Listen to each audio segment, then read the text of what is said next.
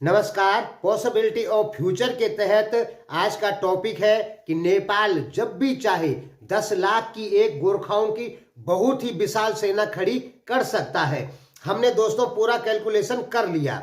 अब आप सोचेंगे कि हम नेपाली लोग सोचेंगे कि हम 10 लाख की विशाल सेना खड़ी नहीं कर सकते, लेकिन मैं कहता हूं कि नेपाल जब भी चाहे तब भी एक साल के अंदर ही अंदर 10 लाख की एक बहुत बड़ी सेना खड़ी कर सकता है पेवर गोरखाओं की, जिससे कि दुनिया के महाशक्ति देश भी डर जाएंगे या प्रेशर में आ जाएंगे। क्योंकि जब नेपाल जैसा देश और उसमें भी गोरखा जैसे लोग 10 लाख की बड़ी सेना बना देंगे तो दुनिया की महाशक्ति देश चीन, अमेरिका, रूस जैसे देश प्रेशर में आ जाएंगे।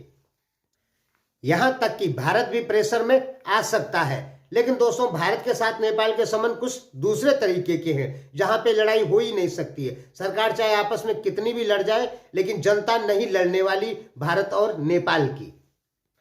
तो दोस्तों, 10 लाख की एक विशाल सेना खड़ी करने में सक्षम है नेपाल। दोस्तों, ऐसा हम क्यों कह रहे हैं? देखिए, हम अच्छे से जानते हैं, हमारे जो सब्सक्राइबर हैं उनमें बहुत सारे लोग ऐसे हैं जो चाहते हैं कि नेपाल के पास भी एक बहुत बड़ी और विशाल सेना हो। आप लोग चाहते हैं और बार बार इसी चाहत के कारण आप उत्तरी कोरिया को ग्रेट बताते हैं। क्यों बताते हैं? क्योंकि उत्तरी कोरिया के पास भी बहुत विशाल सेना है, जबकि उत्तरी कोरिया एक छोटा सा देश है, लेकिन सेना उसकी 12 लाख के लगभग है। तो आप भी वही सोचते हैं कि हमारे पास भी बड़ी सेना हो जाए तो कितना अच्छा होगा। तो दोस्तों, हमने कैलकुलेशन कर लिया और साधारण तरीके से आपको बता दे रहे हैं कि आराम से आप 10 लाख की एक विशाल सेना खड़ी कर सकते हैं। दोस्तों, 10 लाख की गोरखाओं की एक सेना होगी तो आप खुद सोचिए कि वो कैसी होगी। दुनिया के अच्छे अच्छे ताकतवर देश प्रेशर में आ जाएंगे जब 10 लाख की सेना सुनेंगे कि 10 लाख की सेना है नेपाल के पास में। देखिए दोस्तों, फ्यूचर में कुछ भी हो सकता है, जो माहौल बन रहे हैं, ठीक है, और हम आपको जो जानकारियां दे रहे हैं ये फ्यूचर के आधार पर ही दे रहे हैं कि भविष्य में कुछ भी हो सकता है। साधारण तरीके से समझिए, ठीक है। देखिए, अमेरिका का एक सैनिक 11 लाख रुपए लगभग नेपाली करेंसी सैलरी लेता है हर साल, हर महीने, ठीक है। 11 लाख हर महीने एक अमेरिकन सोल्जर की सैलरी है। चीन की लगभग 2 लाख नेपाली करेंसी, भारत की 75,000 नेपाली करेंसी, और नेपाली जो सोल्जर है उसकी मिनिमम सैलरी है 25,000 नेपाली करेंसी। और अगर नेपाल सरकार कहे कि केवल हम 18,000 रुपए नेपाली करेंसी सैलरी देंगे और युवाओं को बोलेगी कि आप सेना में शामिल हो जाओ, तो लाखों की संख्या में युवा शामिल हो जाएंगे 18,000 रुपए में। एक तो इसमें देशभक्ति की भावनाएं भी आ जाती है, दूसरा कुछ बेरोजगारी भी है, भारत में भी आ जाएंगी। 18,000 रुपए में सोल्जर पैदा हो जाएंगे। यानी भारत सरकार कहे कि हम केवल 18,000 सैलरी देंगे सैनिकों को, आप सेना ज्वाइन कर लो, तो भारत में भी आ जाएंगे, वैसे नेपाल में भी आ जाएंगे। अमेरिका में 11 लाख रुपए मंथली में एक सैनिक होता है, और हमारे यहाँ भारत में 75,000 रुपए नेपाली करेंसी में एक सोल्जर की तनख्वाह होती है लगभग, ठीक है। और नेपाल में 25,000 लगभग। लेकिन 18,000 में भी भर्तियां हो सकती है और लाखों की संख्या में हो सकती है। तो आप खुद सोच लीजिए, अमेरिका की अपेक्षा 11 लाख में तो हमारे यहाँ बहुत सारे सोल्जर तैयार हो जाएंगे। यानी सालाना टोटल जो नेपाल का रक्षा बजट आएगा वो आएगा 1 खरब रुपए, ठीक है। अगर 10 लाख की सेना नेपाल रखता है तो इस समय 50 अरब रुपए है नेपाल का रक्षा बजट सालाना। लेकिन यदि थोड़ा कम करके और लगभग 1 खरब रुपए नेपाल सेना पे खर्चा करता है तो इस पैसे से 10 लाख सैनिकों की सैलरी दी जा सकती है, और उनके पास जो हथियार होंगे वो लगभग 20 अरब रुपए और खर्चा हो जाएगा, तो अच्छी प्रकार की राइफलें भी आ जाएगी। दोस्तों, हम ऐसा क्यों कह रहे हैं? क्योंकि भविष्य में कुछ भी हो सकता है और नेपाल के लोग चाहते हैं कि हम अपनी एक बड़ी सेना खड़ी करें। हालांकि मैं इस पक्ष में नहीं हूं, लेकिन आप इस पक्ष में हैं कि हम बड़ी सेना बनाएं, तो हमारा काम है बताना कि हाँ भाई, आप बना सकते हैं 10 लाख की सेना। देखिए, नॉर्थ कोरिया का जो रक्षा बजट है वो 8-9% से ऊपर है।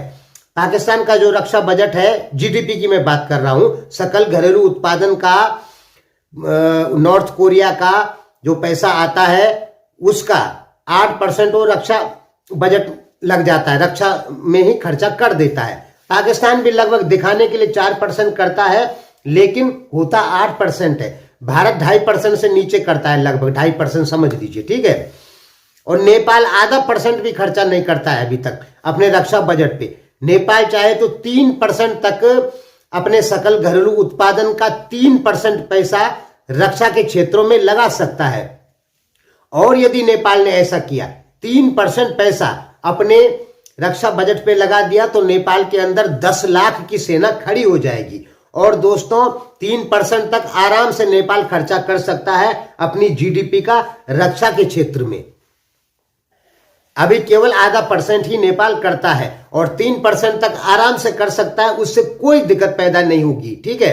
थोड़ा मोड़ा फर्क तो जरूर पड़ेगा, हल्का फुल्का, लेकिन ज्यादा फर्क नहीं पड़ेगा। यानी 3% यदि अपनी जीडीपी का नेपाल रक्षा पे खर्चा करता है, तो उस पैसे से 10 लाख की एक विशाल सेना बन जाएगी। दोस्तों यहां पे ऐसे ऐसे देश हैं जो अपनी रक्षा बजट पे अपनी जीडीपी का 15% तक खर्चा करते हैं, 8%, 9%, 10% खर्चा करते हैं। तो नेपाल 3% नहीं कर सकता है? बिल्कुल कर सकता है। और जहां 3% नेपाल ने रक्षा क्षेत्रों में लगा दिया, तो 10 लाख की सेना खड़ी हो जाएगी। दोस्तों 10 लाख किसे कहते हैं? 10 लाख बहुत बड़ी सेना है। यानी उतनी सेना की नेपाल को जरूरत ही नहीं है। विदेशों पे प्रेशर डालने के लिए उतनी सेना बहुत है। और इसका 60% पैसा तो भंसार से ही आ जाएगा। देखिए कैसे, भारत और नेपाल के बीच जो व्यापार है वो $6 बिलियन बताया जाता है लगभग। लेकिन दोस्तों वो कागजी व्यापार है, ठीक है, जो कागजों पे दिखाया जाता है। और नेपाल से 1000 किलो माल हम भारत से नेपाल में लेके जाते हैं, 300 किलो का भंसार होता है। 700 किलो बिना लेखा जोखा होता ही नहीं उसका, वो वैसे ही चले जाता है। यानी सही से देखें और पूरा हिसाब किताब लिया जाए तो भारत और नेपाल के बीच में लगभग 12 या 14 बिलियन डॉलर का व्यापार है। यानी भारत से नेपाल में हर साल $10 बिलियन का सामान जरूर जाता होगा। बाकी जो पैसा है वो लोगों की जेबों में चले जाता है। जो तस्कर लोग होते हैं, जो बड़े बड़े तस्कर बैठे हैं, उनकी जेबों में चले जाता है। अगर नेपाल सही से बॉर्डर को सील कर दे, बंद कर दे, ठीक है, हर जगह पुलिस तैनात कर दे, तो स्मगलिंग होगी ही नहीं। और जब स्मगलिंग नहीं होगी तो कम से कम $1.5 बिलियन और एक्स्ट्रा कमाई होगी नेपाल सरकार की पर साल। और दोस्तों $1.5 बिलियन यदि सेना पे खर्चा किया जाता है तो बहुत ज्यादा हो जाएगा। अभी केवल 50 अरब रुपए, आधा बिलियन डॉलर, $500 मिलियन, ठीक है।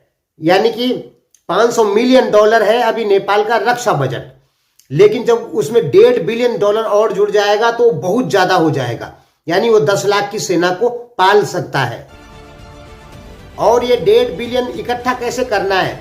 हर जो नेपाल भारत बॉर्डर है वहां पर टाइट हो, यानी तस्करी ना हो। तस्करी अगर रुक गई तो आप $1.5 बिलियन एक्स्ट्रा कमा लेंगे और उस पैसे को आप सेना पे खर्चा कर सकते हैं।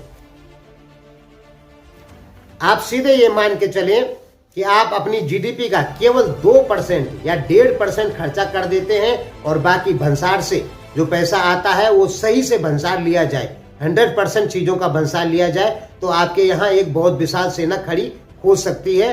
उसमें ज्यादा सोचने वाली बात ही नहीं है।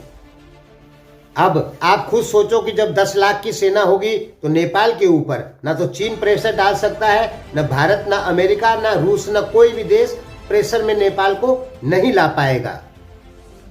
हालांकि दोस्तों इसके कुछ साइड इफेक्ट भी होंगे। जैसे नॉर्थ कोरिया है, नॉर्थ कोरिया का जो प्रति व्यक्ति आय है वो $1800 है सालाना, और साउथ कोरिया की $31,000 है सालाना, जबकि दोनों ही कोरिया है। लेकिन क्या गलती हुई, नॉर्थ कोरिया चले गया सोवियत संघ और चीन के पक्ष में, साउथ कोरिया चले गया अमेरिका के पक्ष में। तो जहां अमेरिका जाएगा वहां कुछ टेक्नोलॉजियां भी देता है अपने मित्र राष्ट्रों को, जिसके कारण साउथ कोरिया बहुत धनी हो गया और नॉर्थ कोरिया को कुछ नहीं मिला, तो वो गरीब का गरीब ही रहा।